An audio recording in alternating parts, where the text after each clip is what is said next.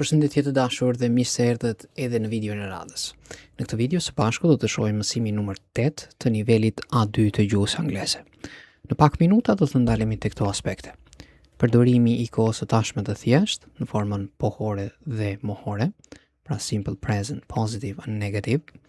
Gjithashtu do të shikojmë edhe disa shprehje në të cilat kemi përdorimin edhe të një folje. Prandaj në anglisht i quajmë verb phrases, sepse nga fjalët e përbëra të shprehjes do të jetë paktën një folje. Le të fillojmë pak.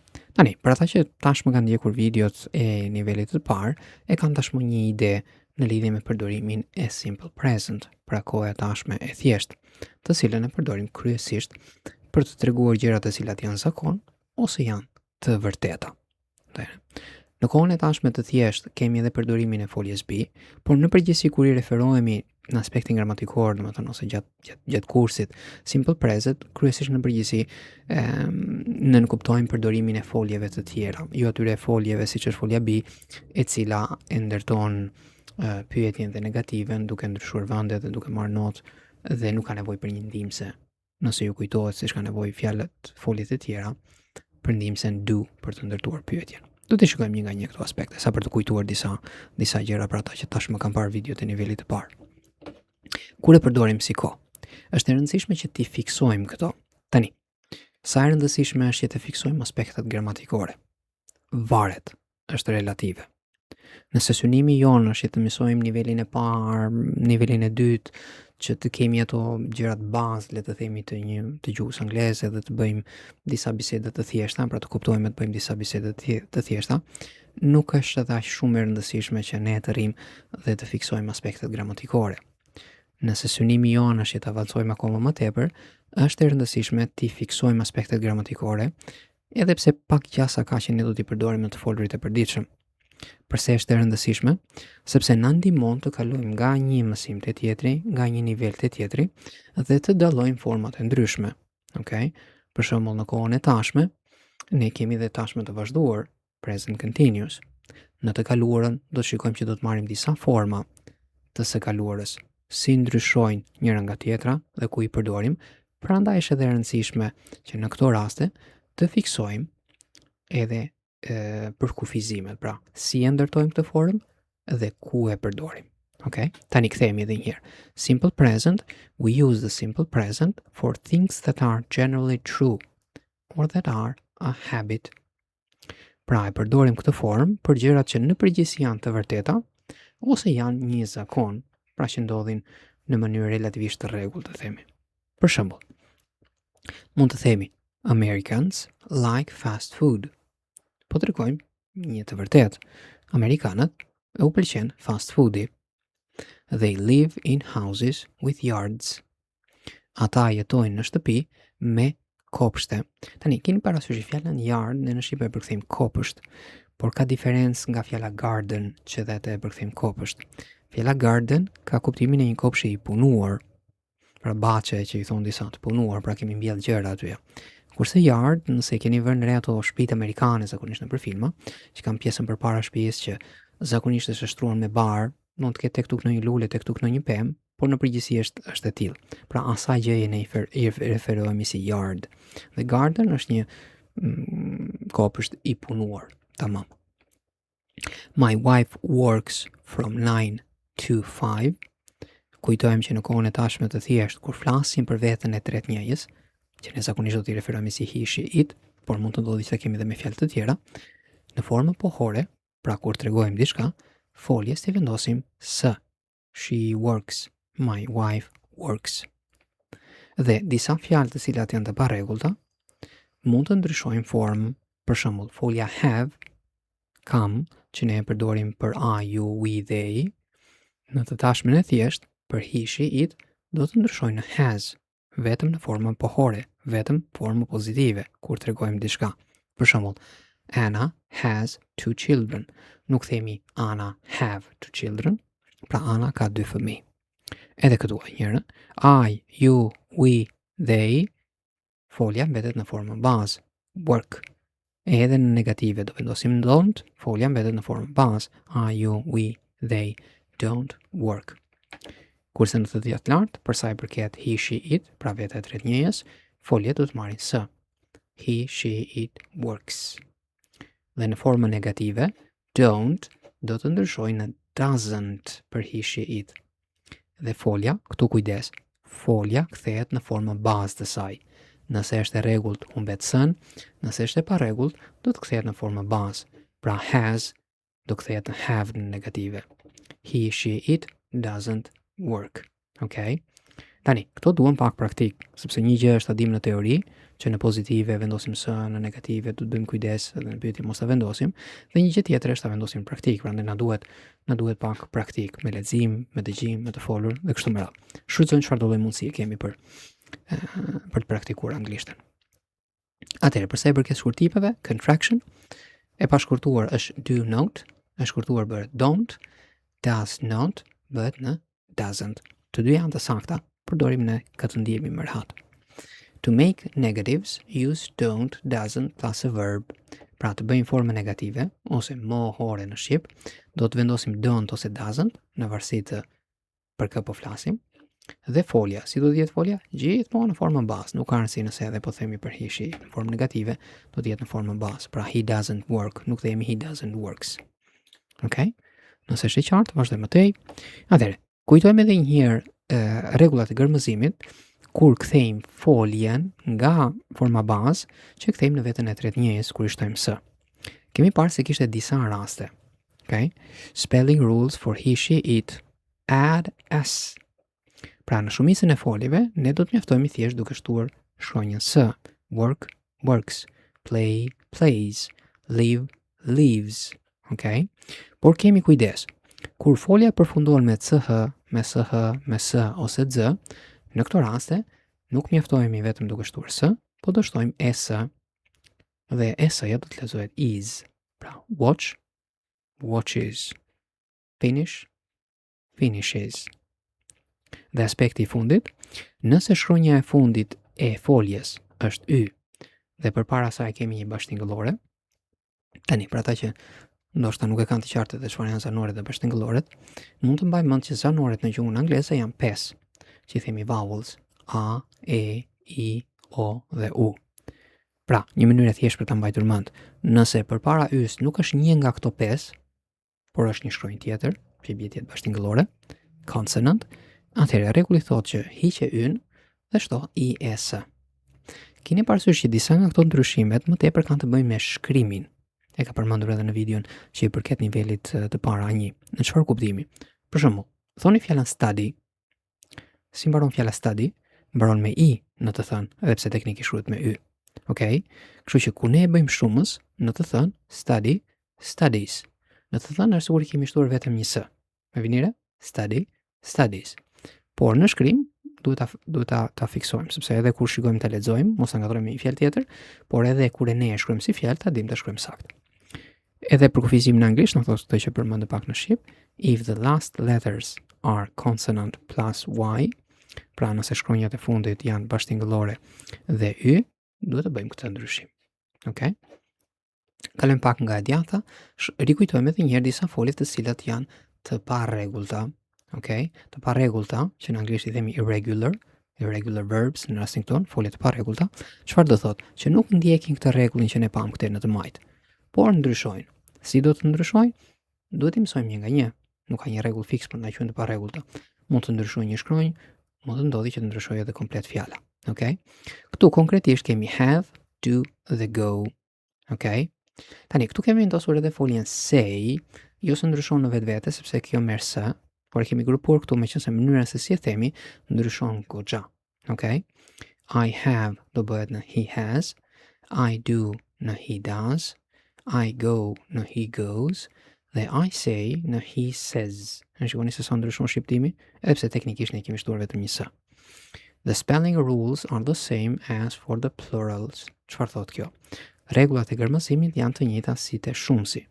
Nëse ju kujtohet, edhe kur, do të shikojmë edhe këtë nivel sigurisht, edhe kur ndërtoni në shumësin tek emrat, për shembull a phone, phones, aplikimi i s-s ishte i njëjtë, pra aplikoshin të njëjta rregullat, edhe pse aty aplikonin për emrat në shumës dhe këtu i aplikojnë për foljet në veten e tretë njëjës. Por si rregull, mënyra se si ndërtohet aplikohet është i njëjtë.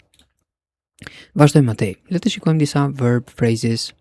Fjala e parë gjithmonë do të jetë folje, prandaj dhe i quajmë verb phrases, pra shprehje të cilat përmbajnë një folje. Okay?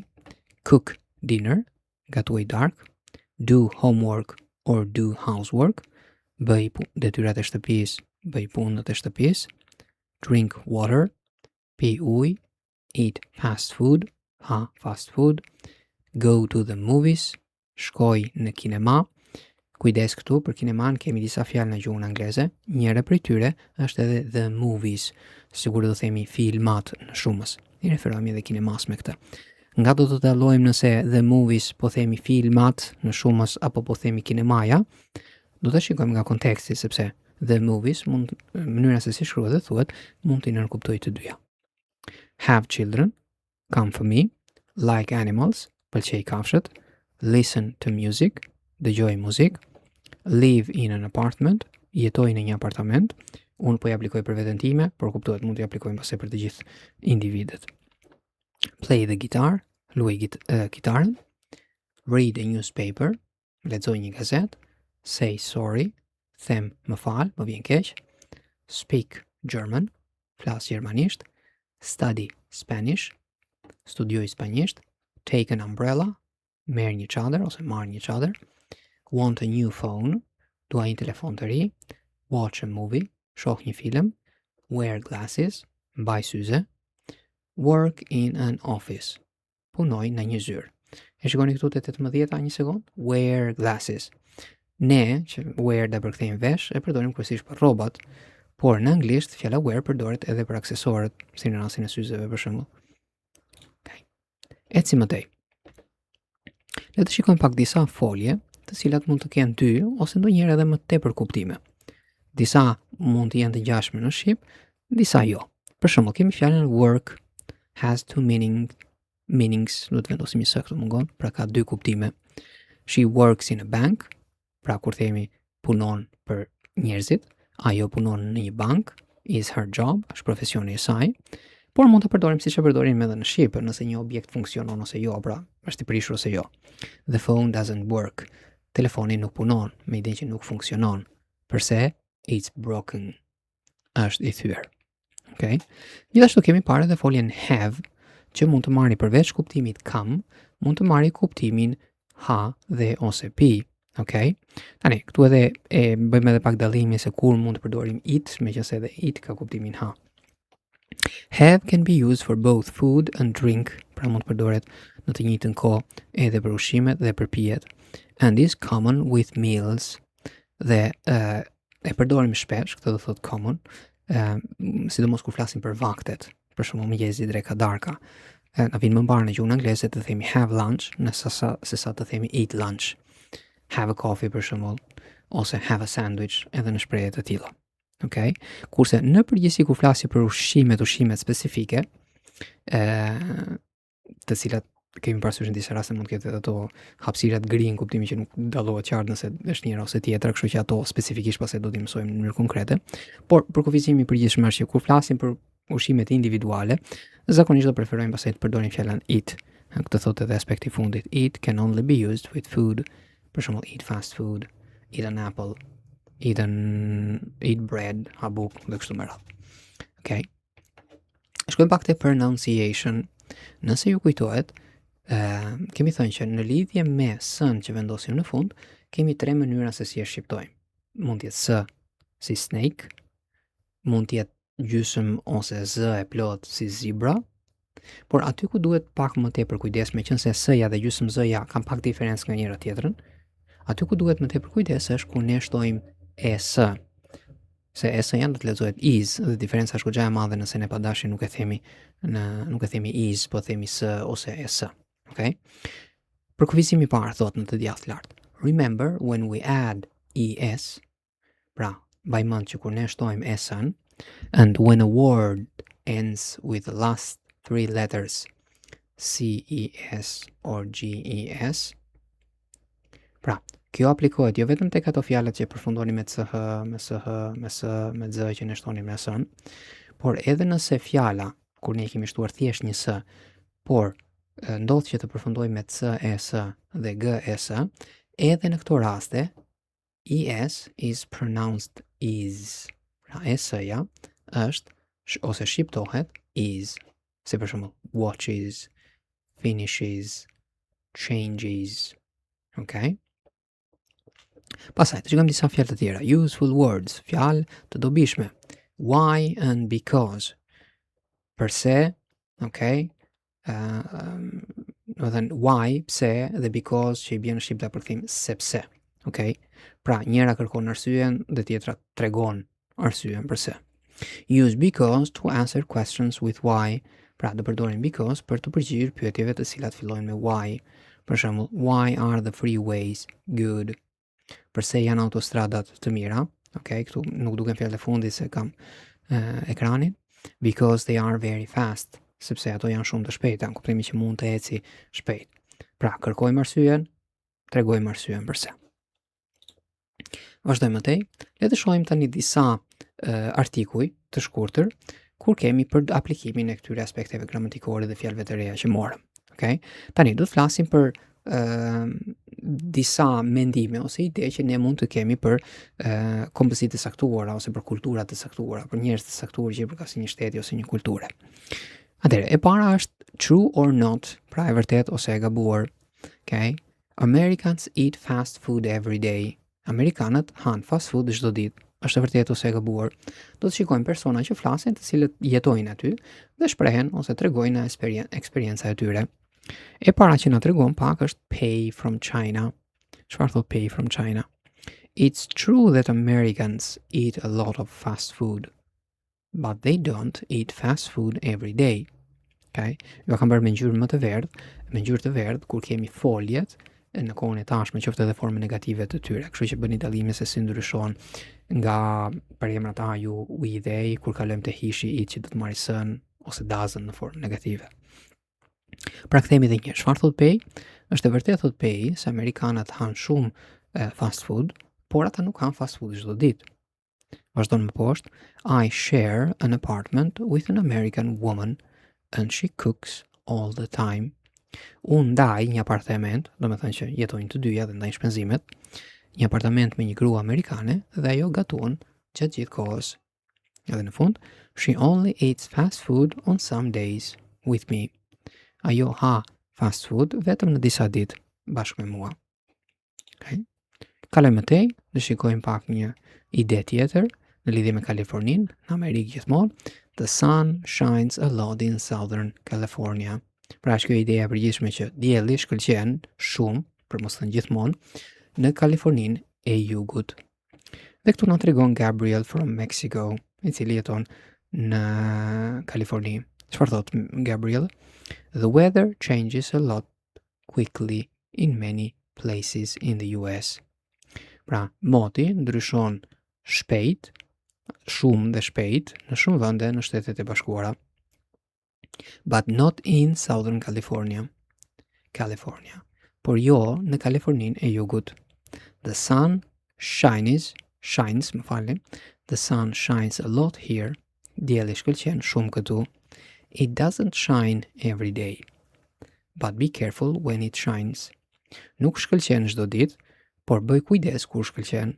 Kuptimi që kur ka diell pare. It gets very hot. Gets tregojmë ku një veprim zhvillohet ose kemi formimin e një veprimi. Do të shikojmë më vonë pasaj kombinimet e foljes get me fjalët e tjera. Pra, në shqip do ta përkthejmë bëhet, pra bëhet shumë nxehtë. I always wear sunglasses when I go out. Unë gjithmonë mbaj syze kur unë dal. Okay. Shohim edhe një rast tjetër, përsëri në lidhje me amerikanët. Americans like animals. Amerikanët ose amerikanëve u pëlqejnë kafshët. Amerikanët pëlqejnë kafshët. Kush flet? Flet Yuri from Japan. Çfarë thot Yuri? I have a lot of friends here and a lot of them have a dog, a cat or a bird. Unë kam shumë miq këtu dhe shumë nga ata ka një qen, një mace ose një zog. One American, në mungon nëja këtu ja. One American family I know has a dog, a cat and 2 birds. Pra një familje amerikane që unë e njoh ka një qen, një mace dhe dy zogj. American people really love animals. Njerëzit amerikan, vërtet ose amerikanët, vërtet I duan kafshët. Bukur, dhe shkojmë pak edhe aspektin e fundit. Atëherë, më falni. Atëherë, Americans are always loud. Pra, është edhe kjo opinioni që amerikanët janë gjithmonë të zhurshëm ose flasin me zë të lartë. Na tregon pak Mario from Italy.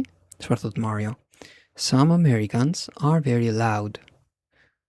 Pra, disa amerikan janë vërtet të zhurshëm që flasin me zë të lartë.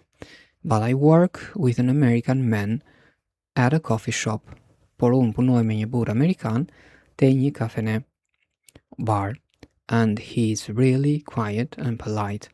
Dhe I është vërtet I qetë dhe I sjellshëm. He doesn't talk very much.